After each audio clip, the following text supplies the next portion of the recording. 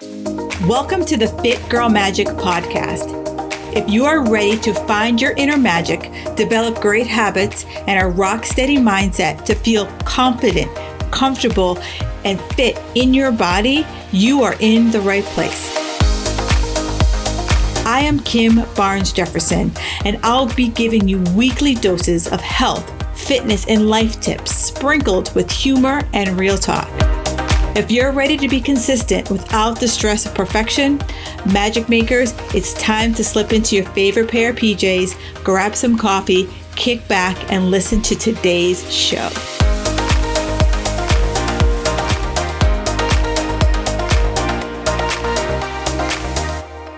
Hey, Magic Makers, I have a quick disclaimer for you here. Even though the person I am speaking with in this podcast is a medical professional, she is not your medical professional. So any information that you obtain from this podcast is for general informational and educational purposes only. Any reliance on the information presented in this podcast or materials linked from this podcast is at your sole discretion and risk. It is important to note that this is not a replacement for guidance from your own personal physician or coach or psychotherapist or any other competent professional. It is not intended to treat, diagnose any medical condition or concerns. It is for educational purposes only. I highly advise you to speak to your medical professional about this topic if you have further questions. Thank you so much for being a valued listener. What if you didn't have to hide how you're losing weight just because it didn't fit someone else's narrative? Since the recording of this episode, Serena Williams shared that she has started using a GLP-1 for weight loss. And she's someone who worked out 5 hours a day, world-class nutrition, trainers, the whole bit, and she still struggled with her weight. The internet's response lost its ever-loving mind. Total meltdown, judgment, shame, accusations of cheating. And here's the thing, Serena had every advantage imaginable, but she also needed support and realized it was no longer about willpower. Realized that her over 40 postpartum body just didn't have the same get up and go that she had in years past. So this is what I want you to hear. Maybe it's not you. And that right there is exactly why this episode matters. When people whisper about the tools that have helped them feel like themselves again, no longer feel broken, and they don't feel like it's your body anymore, this is for you. I'm sitting down with Dr. Megan Garcia-Webb. She's a triple board certified in internal medicine as well as obesity medicine. And we sit down, we unpack exactly what GLP-1s are, why they shouldn't be vilified in society the way that they are. All of the internet garble that you hear about, Dr. Megan's approach is health forward, not shame forward. She meets you where you are. There are levels of things that you have to do if you really want to have success on these medications. And so if you have someone if you're on it, you're thinking about it, or you're just tired of your body not responding the way it used to, this episode will be a great education. We deal into truly GLPs. We talk about Ozempic, Wegovy, Zepbound, Mounjaro, and not the internet's version, not Peptide Pete's version. We talk about why these aren't shortcuts and their tools, and how to work with your body's biology instead of fighting against it. And one question: what if wanting to feel good in your body didn't need defending? Right? If this lands with you, do me a favor. Keep listening. And if you have any questions, absolutely, Dr. Megan's DMs are wide open. You will find her information in the show notes. So let's get into it. Hey, Magic Makers, a great iTunes review of the week. I want to thank Ms. Robin for leaving this awesome review. She says, great information, humorous host. If you're over 40, you need this information. Listening here can save you time and frustration with regards to your health. Kim is a great host with valuable information and humor infused. Yes, yes, yes. Thank you so much, Robin Nutritionist. Yeah, that is my hope and goal of this show, is that I'm able to give great information to you either via a solo episode or by the multitude of amazing guests that I've been able to have on the show. I want women over 40 to be like, you know what? Sometimes life, you just need to take a step back and laugh at yourself, laugh at just what life throws our way from time to time. Because if we can't laugh at ourselves, who can we laugh at? So thank you so much, Robin, for that amazing review. And if you're listening here, do me a favor. Reviews are what fuels my ratings with iTunes. It also helps me to better understand the information that I'm bringing to you. So I would love and appreciate if you gave a review, and I will read it here on the show. And if you don't know how to do it, do me a favor. Reach out to me. I am here to help you facilitate that. All right. Enjoy the rest of your day and enjoy the show. Okay, Magic Makers. Today, I am talking about GLPs. And I don't even have to explain that anymore. I feel like all of us know what the heck it is, but I also think we know what it is, but we're not quite sure what it is. Some of us feel like you whisper about it. Some of you feel like you can talk about it out loud. And so I hate when we have this controversy. And so I brought in, I got to bring an expert who can really sort through the bullshit and sort through the true story about these different medications. So I am joined here today by Dr. Megan Garcia-Webb, and she is triple board certified in internal medicine and obesity medicine. So she runs a concierge practice here in Boston, right? I love having a fellow Bostonian on the show. And so we're here to break down all about Ozempic, peptides, all the things, midlife, and all the tricks that stop working. So Megan, Dr. Megan, please welcome to the show. Thank you so much for having me. I'm so excited to be here. Hey, Magic Makers, let me ask you something. Have you ever looked up from your life and thought, oh, I know what to do, but why the heck am I not doing it? Maybe your brain is whispering, let's just wait until Monday, or maybe after the holidays, or maybe next year. Sound familiar? It's not you. It's the all or nothing trap that we've been taught for our entire adult lives. And girl, it is time to break that cycle. Before it spirals into another, I will start over again. And here we are looking back in our 60s and 70s, wondering why we can't get our act together. This is exactly why I created the 5 days to break the all or nothing cycle challenge. It starts on September 28th, and yep, it's totally free. And in just 10 minutes a day, show up live and I will show you why your habits aren't broken, but your expectations might be. How to stop restarting every single Monday. How to build a rhythm that actually works with your real life, not against it. So if you are tired of burning out, bouncing back, binging, being perfect, all the things, join me. Show up messy, no pressure, just progress, because by the time everyone else is making New Year's resolutions, you'll already be living yours. So do me a favor, click the link in the show notes to save your spot. And let me tell you, this time it really can be different. Yeah, I love when I find people who, walk the same line that I do, who can really educate my audience, because we were all in social media land. And, you see the influencers, I'm using air quotes for those of you guys listening, who can really, get you thinking in the complete opposite direction of what's actually happening. Mm-hmm. Yeah. There's a lot out there. And that's why I love doing what I do, because I love to just tell people the truth, what's helpful for them. And so they can filter out all the things that aren't helpful for their health. Right. So let's just get right into the heat of it. Why do you think there's such shame and judgment when people decide to go on these GLP, Ozempic, Wegovy medications? I think there's this idea that somebody's cheating or doing it the wrong way, and that there's somehow a right way to be healthy. And, it's all about how we kind of impose these ideas of, our own internal ideas of how we think things should be done on other people. Right. And it's just a great example of how that is done at a much larger scale. And, yeah, I think it's this real idea of there's a right way to do things. And if you take medication, then you're doing it wrong. And it's interesting because I feel like over the, decades, there have been several medications that have been proposed for weight loss, and that from what my understanding, the Ozempic category of drugs have been around for almost 20 years. And it just has been, I'm going to call it popularized in the last several years. And so,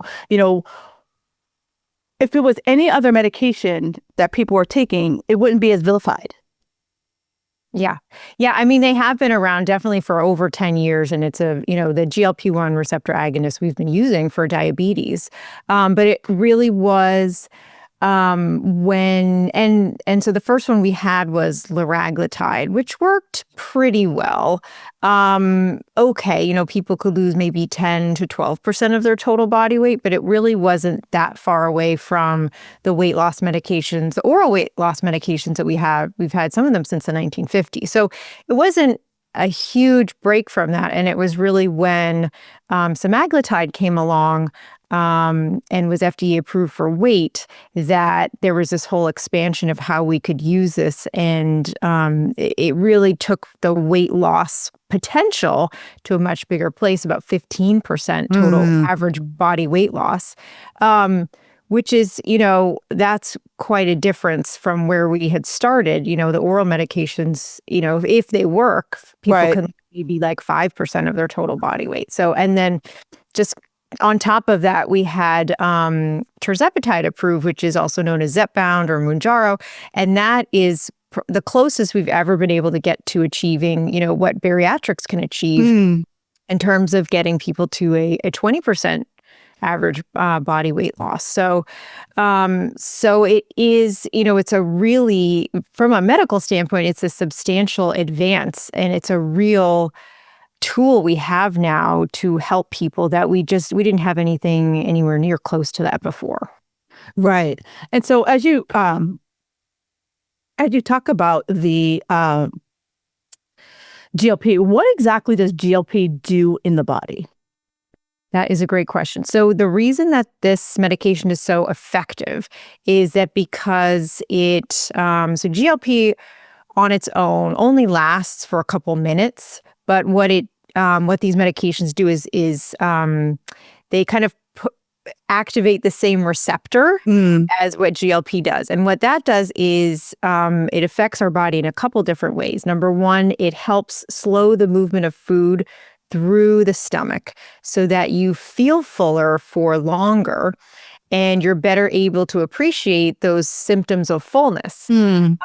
It also really seems to impact in our brain where we have our energy regulation. So that balance of fat storage and fat burning tends to get changed so that it's easy for people to lose an additional amount of weight.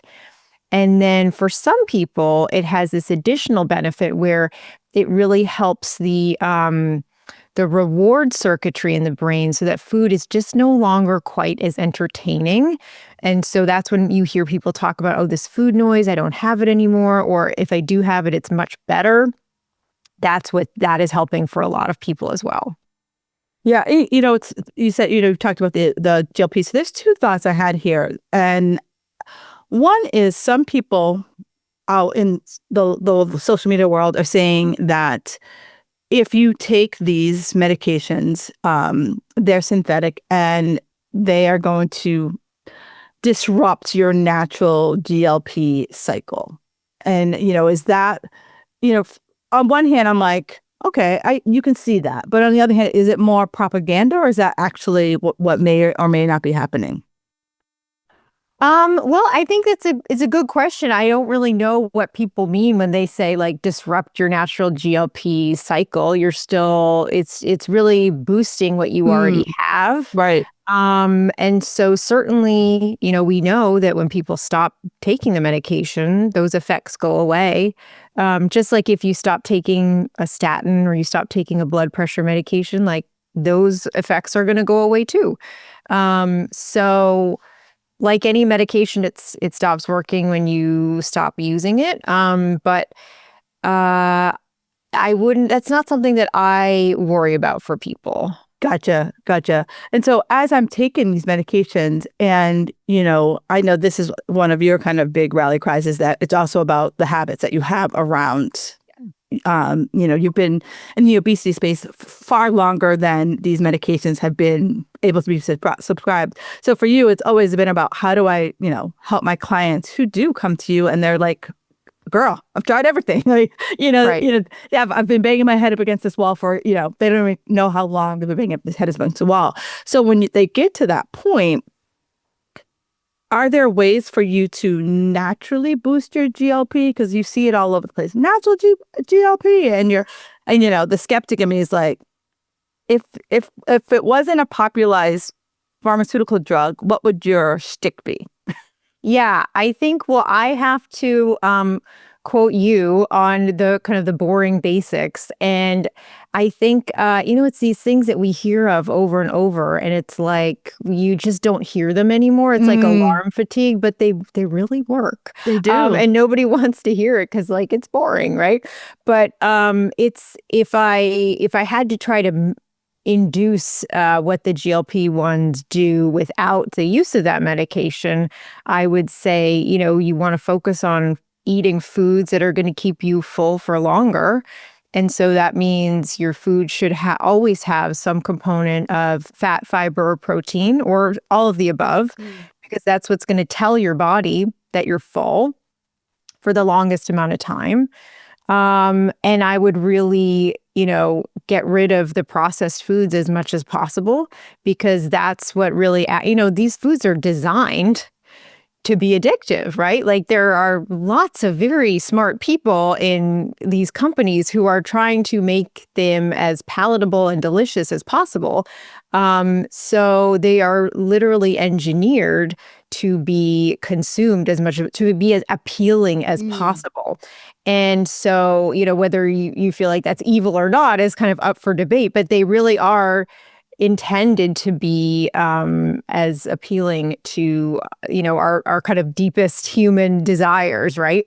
And so I would just try to eliminate those as much as possible. I don't think, you could never have a piece of candy again, right? But really sticking to whole foods, less processed foods, ingredients that you can visualize what they are. I think that's really important, especially if people want to reduce the food noise. A lot of that has to do with, what is causing the food noise to begin with. Like usually it's not an apple that's causing the food noise, right? Right. And then the other thing is just listening to your body. Nobody knows when they're hungry and when they're full. No. And that's a totally free resource that you can do at any time. But again, it takes attention and it takes time really to kind of stop and think and actually ask yourself, am I hungry, or is this just my brain because I saw something that looked appealing, but I actually just had lunch, so I'm not really hungry. So I think all of those are resources that we have available now, and certainly, would be helpful for anybody, whether they're on a medication or not.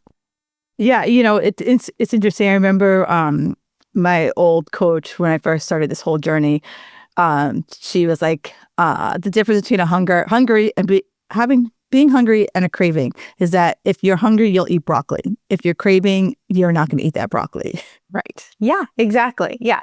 And there's definitely, like, I am also not the food police. Like I always tell my patients, like, I want people to be able to have, a life that includes pizza if they want it, cupcakes if they want. Like there's no, like, food can't make you a good or a bad person. We just want to figure out, like, where do you want that in your life? And if it's causing you to have a lot of food noise, you may want to have less of it. Right. And so, as you kind of like, you talked about, you're trying to instill the boring basics with people. Who do you think is a good candidate for these medications? Because like right now, because you and I are now talking about it, and also because of what you do, there's going to be a flood in our social media feed of all these varying places that I can get it. I'm going to turn on my TV later today, and there's going to be 500 commercials talking about it. Who makes a good candidate for these medications? Well, there actually there actually is some pretty strict criteria in terms of who would benefit from that. And we start with BMI. And I know sometimes that's a little controversial and it's certainly not the best, the be all end all, but it is helpful in terms of, having some sort of objective measurement for people. So people with at least a BMI of 27 to just under 30 who also have a weight-related comorbidity, or anybody with a BMI of 30 or above. Those are just the bare bones requirements, essentially, to start a medication. And then I think there are a couple different categories of people that really benefit. I think sometimes there are the people that they've really optimized everything. They really like how they eat. They really like how they exercise. And for whatever reason, maybe they're on medications that are not helping their weight, or maybe they have other medical issues that are going on. But for whatever reason, they really can't get their BMI down to a healthier range. And I think those are always, in my experience, like the people who are happiest with the medication because they've really optimized it. They've really done everything that they can do. And they're like, I've kind of reached the end of what I can do. Right. So I think those people are always really good candidates. And then I think there is a class of people that they've just tried things so many times and they're so kind of mentally beaten up by this kind of yo-yo cycle. And I think for those people, I think they're probably like the most likely to be criticized by others, but really can benefit so much from, like, they just don't have the energy to do one more thing that they're not sure if it's going to work. And every time something doesn't work, it just kind of further confirms the fact that this is never going to be fixed for them, right? So I think for those people, starting the medication first can be extremely helpful because it does help them with momentum. And then they're like, wow, I've lost, 20 pounds. I can see the scale moving in a way that it has never moved before. I can kind of trust this medication to do its job. And then I can, invest my time and energy in the other things that I really like. I can go to the gym now and I feel so different about it. I think you nailed the head because a lot of the women that I come to are at their last straw, right? They're just like, and if you look at their food log, you look at their lifestyle, they're not out there, eating ice cream every day and they're not just laying on the couch. They're putting in the work, yet, there's a toggle that just isn't, no matter what they pull, is not giving them the weight loss that they're looking for. And it's like, I feel like those people are the vilified ones because, in their social circles, Sharon, she's super healthy. I can't believe she's going to do that, Right. Yeah. And it's like, Sharon's like, girl, like I am out here like killing myself. And the mental beat up that you do for yourself that like, oh my God, like I can't eat yet another protein bar. I can't, do another whatever on the Stairmaster. You're just like, you're so kind of in your head of like your uncle. Right. You're doing all that you can and you really don't want to get diabetes, right? Right. And this is a great tool to help with that. So yeah, I think it is, it's just a real mechanism for people that we didn't have before that is so helpful. And the thing I want to shift to is that I focus primarily with women in midlife. And I see that I'm personally looking at these medications as a tool for them, that they are the person I just described. Sharon, she goes to the gym, she eats right, she eats healthy, she's doing all the things. Yeah. Yet menopause came and just, took her out of the game. Mm-hmm. And, she wakes up and she's like, am I gaining 10 pounds a year, which is what happened to me. And you're like, I'm doing all the right things. And the best thing your doctor could be like, let's wait and see. And you're just like, that is not the answer I came here for. I waited 6 months for this appointment for you to tell me to wait and see. I've been waiting 6 months. Yeah. And so I think those women are good candidates for this. However, many women will tell, because of all of the noise that we hear out there, like, well, I'm going to lose muscle and I'm going to get gastroparesis and I think my thyroid's going to explode. How do we kind of bust those myths for people like that? Yeah, those are such great questions. So I think number one, when people are really worried about these side effects like gastroparesis, small bowel obstruction, like, yeah, those are life-threatening conditions in some cases. And so I think that just underscores the need for people to be monitored, right? You really need to be careful that you're getting the FDA approved version. That's what I always tell people. And that you have somebody that you trust that is not just, on the other end of a messaging app, that you're not quite sure if it is a human, but somehow like you got this prescription. Like these are not over-the-counter medications. You do need to be monitored. They are serious. And so, those things like you should be able to catch them well before they happen. A lot of these more serious side effects are, downstream effects of things that, ideally you can catch before ideally you can catch constipation before it becomes a small bowel obstruction. Now, of course, there's always going to be that 1 in a million person that just has really bad reaction right out of the gate. But for a lot of times you can stop these things when they're little problems before they get to be big problems. So I think that's really important. And then, in terms of the muscle mass, there's a lot of research that's going on about it now. But we do have some data that shows that when you lose weight in any capacity, you are going to lose, a percentage of that is going to be muscle. And so that's regardless of how it's happening, whether it's through diet alone, whether it's through exercise alone. And so I think it's important to think about, well, also, how is that affecting somebody's quality of life? Because sometimes what we see is maybe somebody lost some muscle, but actually they are they're stronger, and the quality of the muscle is better.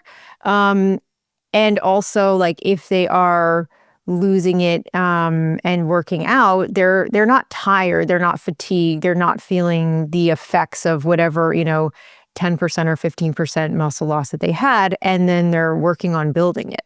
And so for me, I've prescribed this medication for people in their 20s. I've prescribed it for people in their 80s. I'm always on the lookout for things like muscle loss, but I think in a symptomatic day-to-day level, it's not really something that I've seen in terms of side effects. Yeah. And, as you were talking about that, I feel like the whole gut thing, I feel that if you do experience any type of gut thing, my assumption, there was gut stuff going on before. And this just basically exposed it more. And that way, for many people, they might feel like I'm always felt nauseous, and I just thought it was just how I was, or I never went to the bathroom, and it just these kind of things. Now, when you kind of go on these medications, all of a sudden that is what used to kind of be like what I thought was normal now becomes even more difficult because this medication is trying to regulate you, and you've already come from a dysregulated place. Right. Like somebody who has IBS, and they might feel like it gets worse on these medications. Sometimes it actually gets better. Yeah. Every once in a while, I have a patient that, they had more kind of like loose stool before, and then now they kind of like are a little bit more constipated. And so it kind of balances itself out. So the thing that is always surprising to me is that how unpredictable the response is to these medications. I find that, they're really all over the map. And I can have one patient in the morning who's like, I just lost weight and I have no side effects. And then I have the next patient is like, very similar type of patient profile, and they are so nauseous on the tiny baby dose. So But I also feel like, nowadays there's also those, there's a Facebook group for pretty much anything now. And, I just got my prescription. I took my first shot and I'm like, hey, I lost 4 million pounds. Right. Meanwhile, there's another person on there who's like, I've been taking it for 6 months and I only lost 0.5 pound. And it's like, you kind of have this like weight loss Olympics competition of how quickly you can lose the weight, where, I think for a lot of people, the repair stuff is happening in the background that, again, it's unsexy, right? Like sexy is like, I lost 400 pounds in 3 days. Right. Right. And I think also what people a lot of times they don't realize is that like it's going to be exciting for a little bit and then it's going to be boring forever, right? Like Yeah. you don't lose weight forever. So you're going to have this downward trajectory and then your body's going to find its new normal. And so a lot of people get to that point and they're like it stopped working and it's like it didn't stop working. It's going to level out at some point. Right. And this is where you are. So it's still working. It's keeping you there. But that's as far as it's going to take you. I love that. And then as you mentioned about muscle mass, you're 100% right, because I feel like there's two fractions who take these medications. One who are looking for the magic, right? And they're just going to be like, I'm going to take these pills and magically the weight's going to come off and I don't have to do bupkis.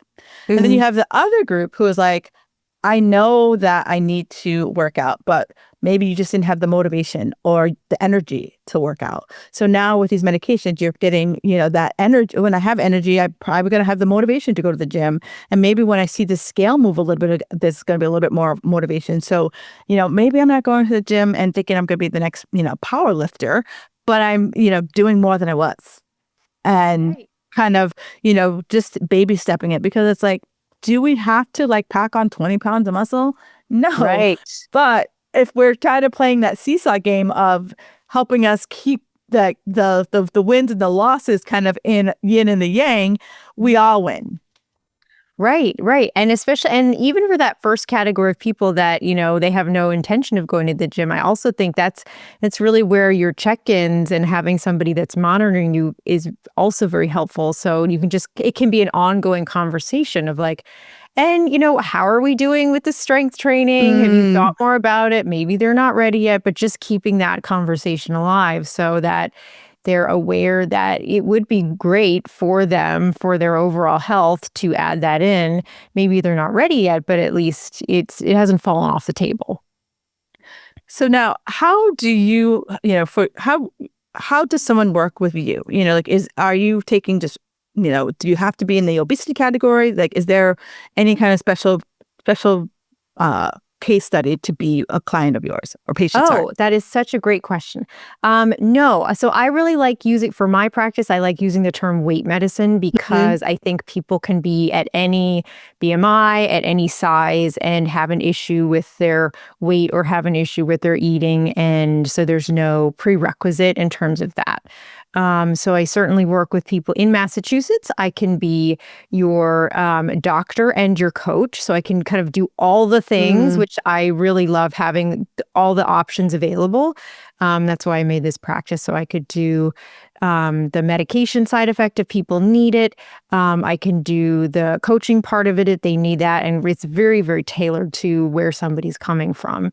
And then for people, there's so many people, as you know, there are people who maybe they're on a medication, but they're in California or the UK or somewhere, and they already have that part figured out. But they really still, the medications don't do everything for people. Yeah. And so they really need some help with getting to the gym, or they still have a very chaotic relationship with food. Or maybe they're not on a medication and they're thinking like, I really want to do everything I can to not start a medication. So for people outside of Massachusetts, I work with them on all the non-medical aspects as well. Perfect. And so as you talked about that, who would make just not a good candidate for these medications? Not a good candidate. Anybody who isn't meeting the requirement for the BMI. I think in the future, we will probably use these medications a lot more off-label in terms of, alcohol use disorder or medication-related weight gain. Or I think there's so many uses that are going to be coming in the future. But I think in these early stages, somebody who has a BMI of 24 isn't going to be, from my perspective, isn't going to be a great candidate. I always want to make sure that, if people have any sort of history of a clinical eating disorder, that, we're on the right track with that. I think it's not a complete obstacle for people, but it's certainly, you want to make sure that you're helping somebody and not harming them. And I think, I mean, to be honest, there are really, there aren't that many. This is going to help a lot of people. I think there are, a couple categories of people that medically aren't going to be a good fit, if they have, one of the laundry list of contraindications. It's not going to be a great fit for them. But those are, it's a short list of people that I think it's not a good fit for. And so the other thing I wanted to chat with you is that, nowadays I'm seeing a lot more conversations around just the term peptides in general, right? So I think Ozempic and opened the kind of the door, and now other peptides are kind of working their way through. And there are several peptides that are like, oh, this is for energy, and this is for fat loss, and this is for this, and this is for that. And, for those people who are out there probably looking at that, because, again, correct me if I'm wrong, I don't know if it's as regulated as GLPs, or if it's just another kind of off-label use of different things we've had out there for years. That is such a good point, because I think the word peptide, it doesn't really tell us very much at all. And so it can be used in marketing to describe a variety of things. And I've definitely had, patients who are talking about, oh, I think I'm going to try, this peptide from the Meta Spa. But I'm, what they're really talking about, and what nobody filled them in on, was that it is like compounded semaglutide. So it's really like when somebody says peptide, you really want to know, like, what actually are you talking about? Like, what is this? What's the name of the medication? Like, are we talking about, a compounded semaglutide or tirzepatide, which are the generic names for, Wegovy and Zepbound? Or are we talking about another medication? You just want to know, Right. what you might be taking. And it's funny because when you look at them, they'll say it's A40, and you're just like, okay, so is this just to make it seem like, anyone in the medical profession knows that when you're creating a drug, it is not called Ozempic, right? In the lab, it is called some code name for decades before marketing gets involved and says, we're calling it this. Right. So I think I am always a little bit suspect if people are calling something a peptide, because I feel like it's just kind of used to kind of disguise something. Yes. And I think what we always want is to be transparent about what we're taking, what the side effects are, where it came from, who's prescribing it, all those things. I'm so leery of all the peptide talk, the supplement talk, because I'm just always like, they have found your fear and have found a way to just kind of like hammer home, why I need to take a fistful of whatever pill it is. Right. Yes, I think yes, exactly. And of course, like, I think the supplements in general, they're so appealing because, of course, I could just take this and potentially get these results. And who doesn't, it's a very quick fix, and doesn't everybody love a quick fix, right? So it really does prey upon all those kind of mental shortcuts that we're all so, predisposed to. And it's just one of those things, like, if it sounds too good to be true, like, it is. I really don't ask people to take a lot. Calcium and vitamin D, those are important, multivitamin. And then it really depends on, someone else, so their medical history. If they have digestive issues, it can be harder to get things like iron. But for the most part, I think people can save a lot of money. Yes. Not buy the huge vats of, various supplements that we're not quite sure what we do. And also for supplements, they can't actually market that they treat a condition. Right. They can only say that they support health or they promote health. Right. But So if you dig into the wordplay that's used, I think it's so interesting because they have to really dance around what they can actually do. Right. Or if they do say it, there's this little asterisk. It's like, can't prove or disprove that this may or may not.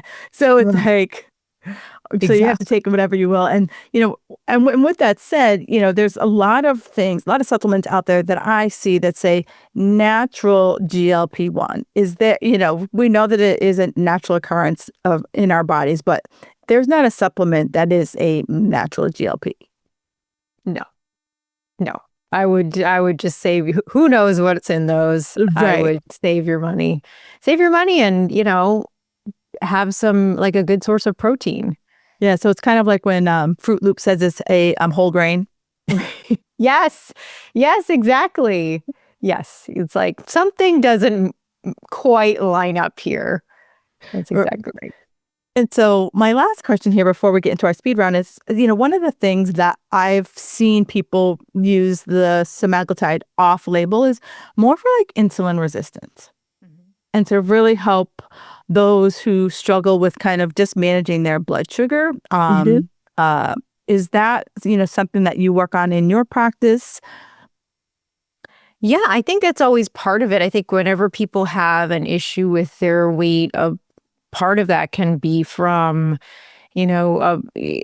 blood sugar not being controlled. My favorite way to control blood sugar is with food, because a lot of people think that they are being healthy, and then when we go through kind of what they're eating, there's a lot of hidden sugar. And that's one of my biggest pet peeves are these people just, I think they're trying to do the right thing. Right. And then they're eating a granola bar and it's like, well, I thought this was healthy. And it's like, well, actually a lot of these foods are really, we need to think of them more as dessert and not a breakfast food. Yeah. And I never want to I have this whole thing about yogurt because I think so many terrible things have been done to yogurt.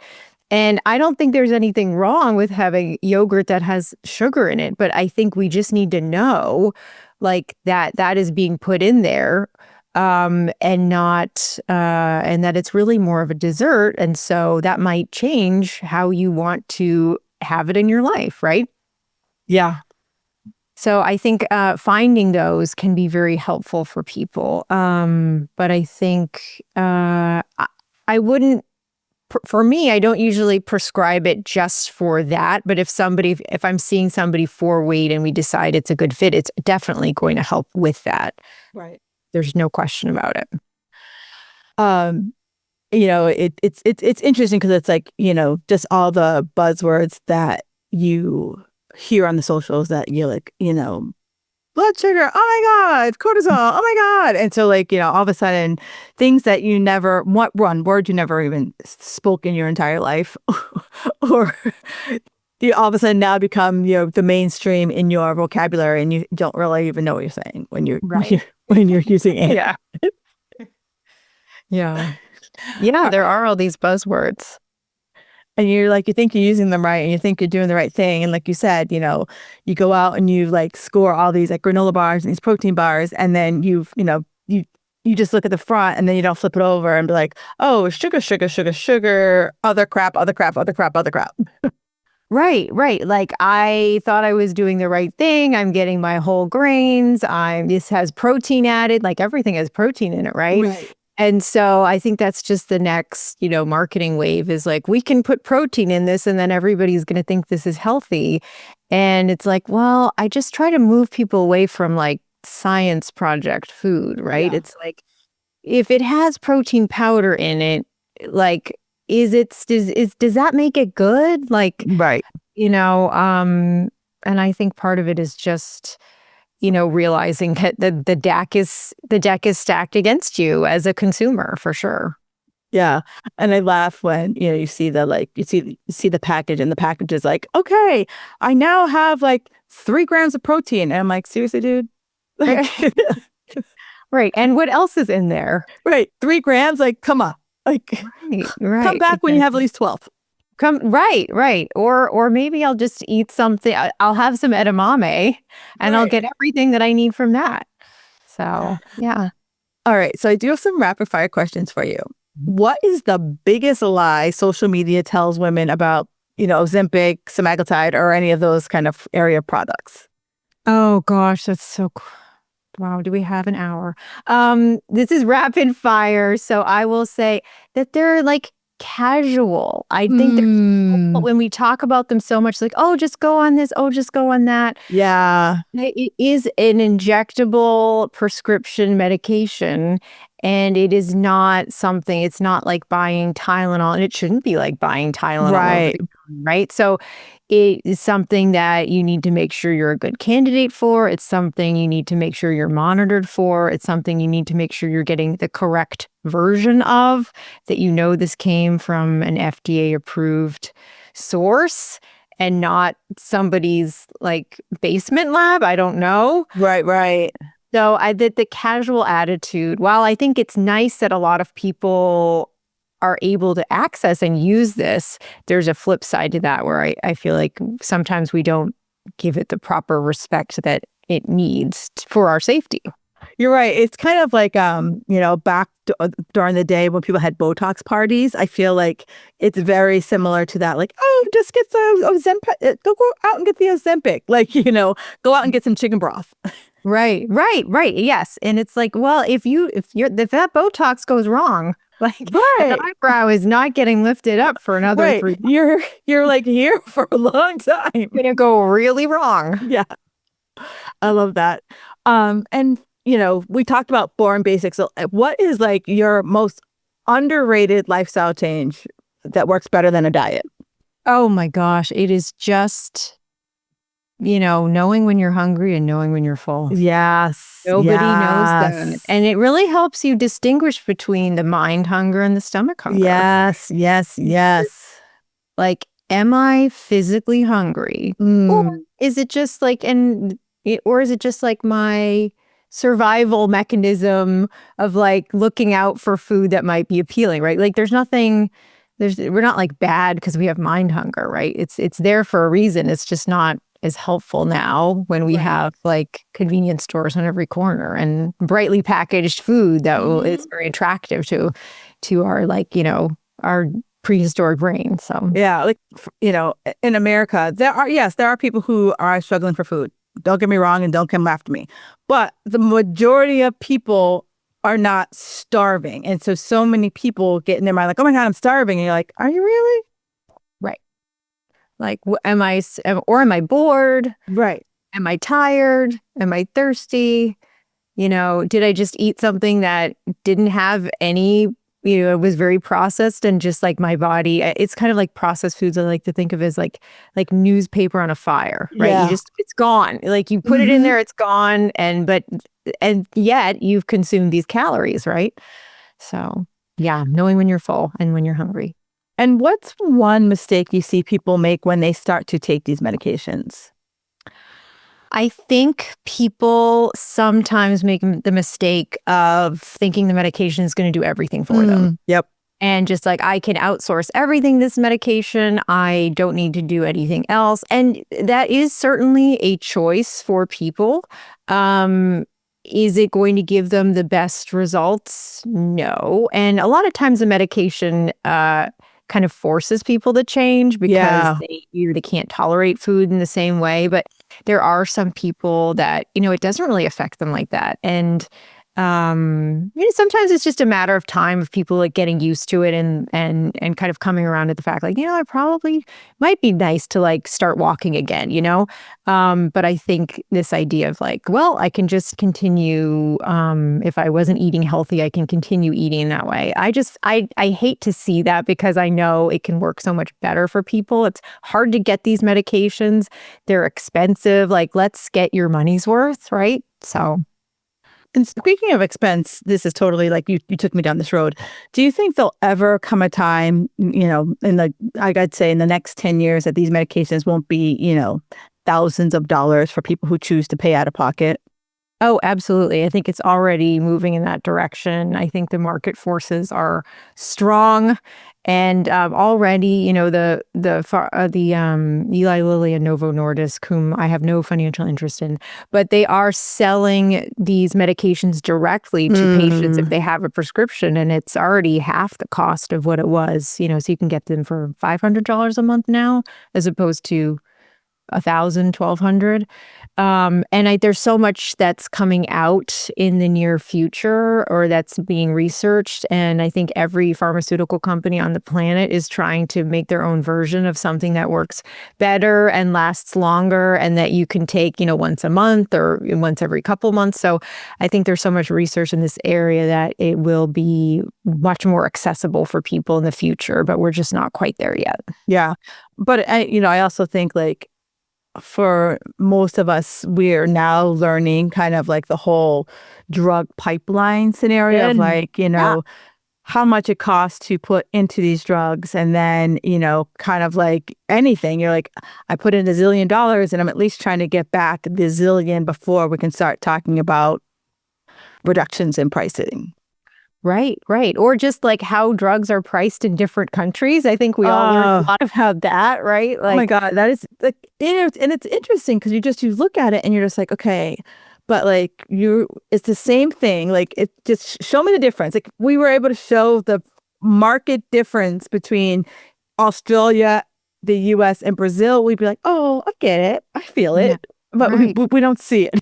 Oh, it's just, you're right. There's a lot of things that we weren't anticipating learning so much about that we now know in much greater detail. And, what's one thing every lady over 40 needs to unlearn about weight loss? I think it is so important to think about why you want to lose weight. Because I think, and I love your podcast for kind of undoing this diet culture for people, but I think that is just, so it's we do so many things to our bodies. Yes. When we want to move towards this is for you. Yeah. And you're not broken, and there's nothing your body's changing, but there's nothing wrong with you. We don't tell children going through puberty that there's something wrong with them, right? We don't tell moody teenagers that oh my gosh, you need to be heavily medicated, right? It's right. No, we allow that. We know that's a natural part of life. That's maybe not everybody's favorite time in their life, but we really, there's a narrative of this is going to be a little rocky, but we're all going to get through it. Right. And I think we, either we don't talk about, kind of reverse puberty, which is what I like to think of as menopause. We don't talk, we don't talk about it, or we sometimes talk about it there's something you need to fix something, or there's something wrong with you, when it's this is another phase that can be very uncomfortable for women. And how can we support that, but also not pathologize it? It's funny that you say that, because you're right. But I also, I feel it is reverse puberty, but I also feel that puberty is talked about so much more. Everyone can say moody teenager. Everyone's yep, feel you. I got one at home. Right. Yet, no one pulled us aside and said, menopause is the reverse puberty. You're going to feel like a crazy person. You're going to hate everyone around you some days, and you're going to love everyone around you some days. No one pulled us aside. And I think that's the biggest shock for most of us, is that dude, you guys knew this was happening? Forever? This has been happening literally forever. And no one was let me clue you in. FYI. Right. There's no kind of stepwise, like we have in puberty. It's well, first this happens, then this happens, and this happens, and you're going to feel terrible, but it's all totally normal, and you're going to get through it. There's none of that. I absolutely agree. Or I saw a meme on social media. It's Judy Blume prepared us for getting your period, right? And it's Judy Blume, you let us down. You just disappeared. We got our periods, and you're go off into the world. Right. You need to are you there? hey, I'm back, God. It's Margaret again. I'm now 50. Right. I feel terrible, right? Right. I also think like, everybody comes in and they're like, I need something to like take the edge off. And I just think like, why don't we just keep the edge on? Yes. Like, because I think the edge is very helpful and maybe the problem is not you. Maybe there's a reason why you're kind of ticked off all the time. Maybe it has nothing to do with you at all. So. And when I tell my women that, I'm like, we don't have progesterone anymore. And I'm like, guess what? I'm like, your family's always been annoying. You just were able to tolerate it more. Yes. Now your toleration went from 10 to 0.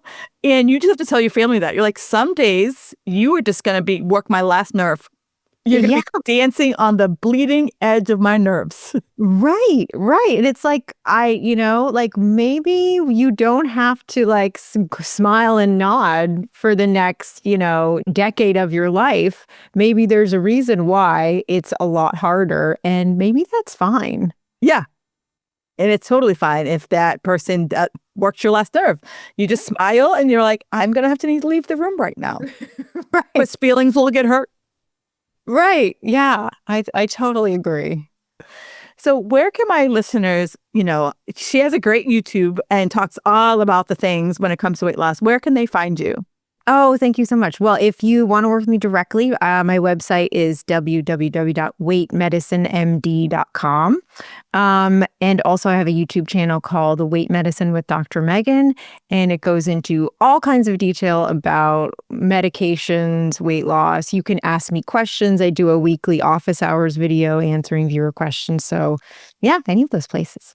Awesome. And I have two things we're going to close this episode with. If you had to finish this sentence, weight loss isn't about willpower. It's about health. Yes. So good. Yes, it is absolutely about your freaking health. Yeah. I mean, because sometimes it's like, I always like to think like if you didn't know what the number on the scale was, what would you be okay with? Like, how do you feel about your body? We just fell in love. Yeah. And it's true. Like, no one walks around and says, Dr. Megan, how much you weighing? Okay, no one has ever approached me on the street and said, Kim, how much do you weigh? No one has ever done that. Right. Like, what size are your jeans now, and what size were they last year?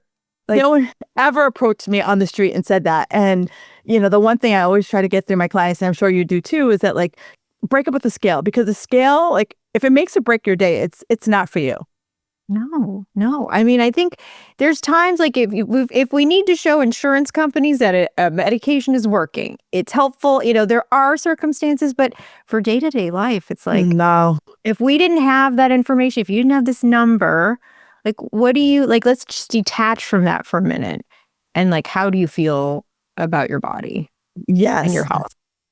That's always my number one. I'm like, great, I don't care about the scale. Like, but how's your energy? How's your hunger? How's your cravings? Let's talk about the intangibles, because you can't really put that on a scale somewhere.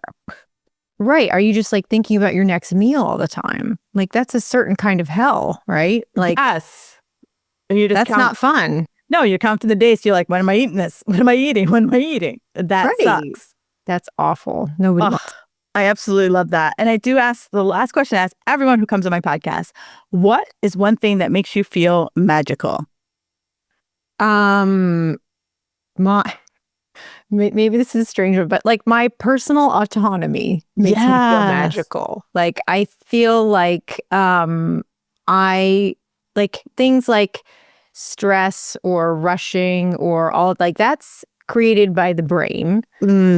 And I have the choice about like how I want to engage with that. Like, I can choose to have a lot of things going on, but not feel stressed about it. Yes. I can choose to have a busy schedule and not rush my lunch. Like, I have so much more control over my experience in my life and everybody does, than I think we give ourselves credit for. And every time I hear somebody say like, well, I have to do this or I should do that, those are always like red flag words for me.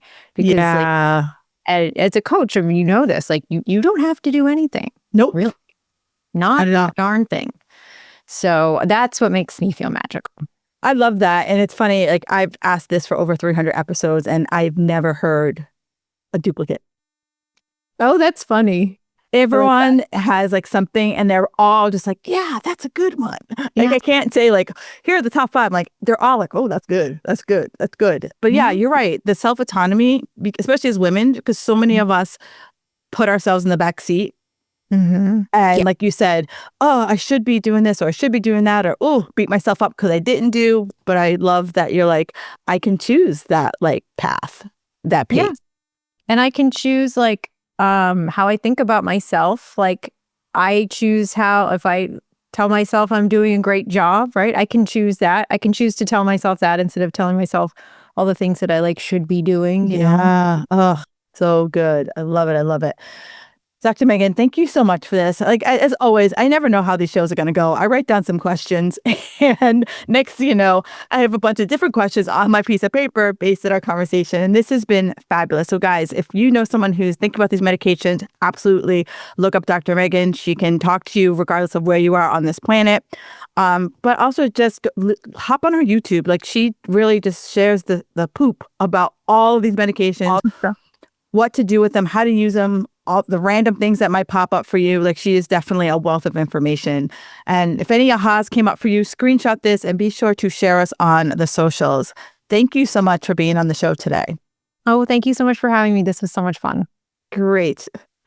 All right, Magic Makers, I will talk to you guys next week. And you guys always know where you can find me. My socials are always open for you for anything you might have to ask me. Thank you for listening to the Fit Girl Magic podcast. If you've made it this far, yay. I'm thinking you enjoyed the show.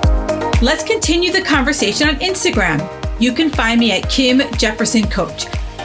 In order for me to keep sharing this message, do me a favor and leave me a 5-star review on iTunes. While you're there, don't forget to subscribe so that you won't miss an episode. New episodes are available every Wednesday. The Fit Girl Magic podcast is intended to provide you with tips, tools, and strategies that will help you make better decisions about your health. I really appreciate your feedback and your support. Thank you so much.